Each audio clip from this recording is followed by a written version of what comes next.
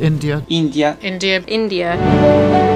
United নেশনের মধ্যে ভারতের বিদেশমন্ত্রী, রাশিয়ার বিদেশমন্ত্রী এবং চীনের বিদেশমন্ত্রী অর্থাৎ এই তিনজনেরই অপেক্ষা ছিল যে সুরক্ষা পরিষদে কি পরিবর্তন করবেন তা নিয়ে কি বলবেন। এই তিনজনের স্পিচ কালকে ইউনাইটেড নেশনের মধ্যে হয়েছে।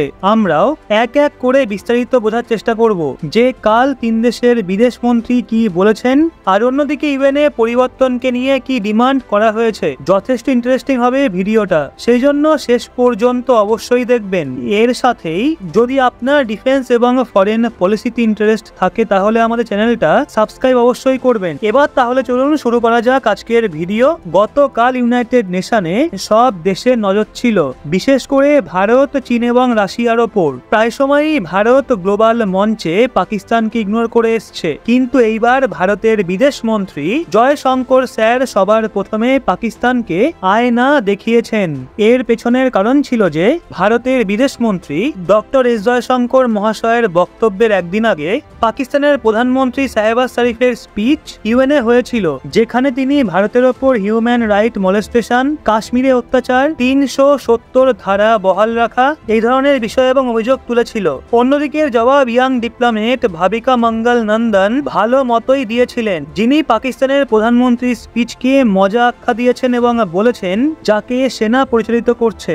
এছাড়াও তারা গোটা বিশ্বে জঙ্গিবাদ এক্সপোর্ট করছে, সেই দেশ বিশ্বের সবচেয়ে বড় লোকতন্ত্রের ওপর আবার অভিযোগ তুলছে। এটা সত্যি ইউএনএ মজার স্পিচ ছিল। যদি এরপর সবাই ভারতের বিদেশমন্ত্রী ডক্টর এস জয়শঙ্কর স্যারের ওপর আশা ছিল যে পাকিস্তানের ওপর তিনিও কিছু না কিছু অবশ্যই বলবেন। প্রায় সময় ভারত পাকিস্তানকে ইউএনএর মঞ্চে ইগনোরই করে থাকে, কিন্তু এইবার ভারতের বিদেশমন্ত্রী নিজের স্পিচে পাকিস্তানকে রিপ্লাই দিয়েছেন। গতরাতে ভারতের বিদেশমন্ত্রী এস জয়শঙ্কর স্যার পাকিস্তানকে তার নাম নিয়ে সতর্ক করে বলেছেন, সীমা পার জঙ্গিবাদ অর্থাৎ বর্ডার ক্রস টেরোরিজমের নীতি কার্যকর হবে না। প্রত্যেক কার্যকলাপের গম্ভীর পরিণাম ভোগ করতে হবে। অর্থাৎ পরিষ্কার ভাষায় ভারতের বিদেশমন্ত্রী বলেছেন পাকিস্তান জঙ্গিবাদী গতিবিধিকে যদি না থামায় তাহলে ভারত কাউন্টার অ্যাটাক করা থেকে পেছনেও সরবে না, যেটা আমরা দিন কয়েক আগে করেও দেখিয়েছি। ভারতের বিদেশমন্ত্রী বলেছেন বিভিন্ন দেশ নিজেদের নিয়ন্ত্রণ পরিস্থিতির কারণে পেছনে চলে যায়, কিন্তু কিছু দেশ জেনে শুনে এমন এমন সিদ্ধান্ত গ্রহণ করে যার পরিণাম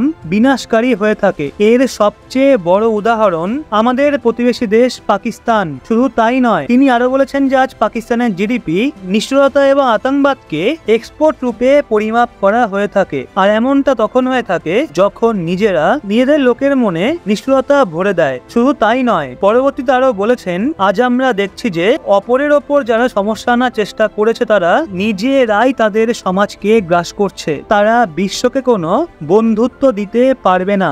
এটা কেবলমাত্র কর্ম, যার ফল এখন তারা ভোগ করছে। এটা পাকিস্তানের জন্য যথেষ্ট কড়া জবাব ছিল। আর জবাবের রিয়াকশন দেখার মতো ছিল। পাকিস্তানের প্রতিনিধি সেখানকার ডেস্কে লুকিয়ে, বা এটা হতে পারে ভারতীয় বিদেশমন্ত্রীর কিছু ইংলিশ শব্দ হয়তো তিনি বুঝতে পারেননি, সেই জন্য হয়তো তিনি লুকিয়ে ডিকশনারি দেখছিলেন। কিন্তু তারপর ভারতের বিদেশমন্ত্রীর ভাষণের পরেই রাশিয়ার বিদেশমন্ত্রী সার্গেই লাভারভের স্পিচ শুরু হয়েছিল। আর এতে সব ভারতীয়র আশা ছিল যে যেভাবে ফ্রান্স, পর্তুগাল, ভুটান, ব্রিটেন, আমেরিকার মতো দেশ ভারতের পার্মানেন্ট মেম্বারশিপে সমর্থন জানিয়েছে, রাশিয়াও ইউনাইটেড নেশনের মাধ্যমে মঞ্চে দাঁড়িয়ে ভারতের পার্মানেন্ট মেম্বার হওয়ার বিষয়টায় সমর্থন করবে। আর রাশিয়ার বিদেশমন্ত্রী এতে হতাশও করেননি, কিন্তু তার সাথে তিনি একটা টুইস্ট ইউনাইটেড নেশনের মধ্যে চিমটিয়ে দিয়ে দিয়েছেন।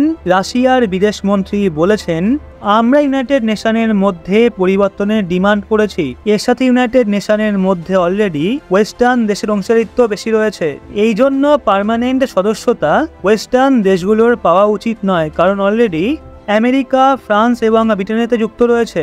আমরা ইউনাইটেড নেশনের মধ্যে পরিবর্তন চাই। এখানে ভারত এবং ব্রাজিলের সদস্যতার সমর্থন করেছি। এই স্টেটমেন্ট রাশিয়ার বিদেশমন্ত্রীর পক্ষ থেকে দেওয়া হয়েছিল। এই স্টেটমেন্ট থেকে বোঝা যায় যে ইউনাইটেড নেশনের মধ্যে পরিবর্তন এত সহজে হবে না, কারণ কিছু দেশ কাউকে চায়, আবার কিছু দেশ অন্য কোনো দেশকে পছন্দ করে, এবং যতদিন পর্যন্ত না 5টা দেশ রাজি হচ্ছে ততদিন পর্যন্ত ইউনাইটেড নেশনে পরিবর্তন হওয়া সম্ভব নয়। যদি ইউনাইটেড নেশনের মধ্যে মজুত 5 জনের মধ্যে 4 পার্মানেন্ট সদস্য দেশ ইউনাইটেড নেশনের মঞ্চে দাঁড়িয়ে ভারতের স্থায়ী সদস্যতাকে সমর্থন এইবার করেছে, যার মধ্যে রাশিয়া, ফ্রান্স, ব্রিটেন এবং আমেরিকা যুক্ত রয়েছে। আর তারপর সবার নজরই চীনের বিদেশ মন্ত্রীর ওপর ছিল। ইউনাইটেড নেশনের মধ্যে চেঞ্জকে নিয়ে চীন নিজের সমর্থন দেবে কিনা এই দিকেই সবার নজর ছিল।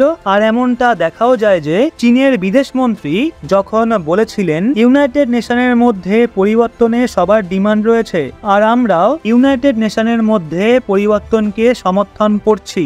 যদিও আমরা প্রত্যেকে আশা করেছিলাম যে চীন ভারতকে পুরোপুরি সমর্থন করবে না, এটা আমরা দেখতেও পেয়েছি। চীন আফ্রিকার দেশগুলোকে ইউনাইটেড নেশনের মধ্যে প্রতিনিধিত্ব দেওয়ার ডিমান্ড করেছে। এর সাথেই ভারতের নাম ওপেনলি তো নেয়নি, কিন্তু তিনি এটা অবশ্যই বলেছেন ডেভেলপিং কান্ট্রি এবং গ্লোবাল সাউথের অংশীদারিত্ব ইউনাইটেড নেশনের মধ্যে হওয়া উচিত, যা থেকে ইউএন একটা মজবুত সংস্থা তৈরি হতে পারে। আমি আপনাদের সবাইকে রেকমেন্ড করব আপনি ইউএন চ্যানেলে গিয়ে 3 জন বিদেশ মন্ত্রীর স্পিচগুলো শুনতে পারেন। 3 জনেরই ভাষণ ভীষণ ভালো ছিল। আজকের মতো এতটাই। যদি আপনার এই ইনফরমেশন এবং ভিডিওটা ভালো লেগে থাকে তাহলে অবশ্যই ভিডিওটা লাইক এবং চ্যানেলটা সাবস্ক্রাইব করে চোখ রাখবেন রহস্য বাংলার পর্দায়। আর পারলে আমাদের ভিডিওগুলো একটু শেয়ার করবেন আপনার বন্ধু বান্ধবদেরকে।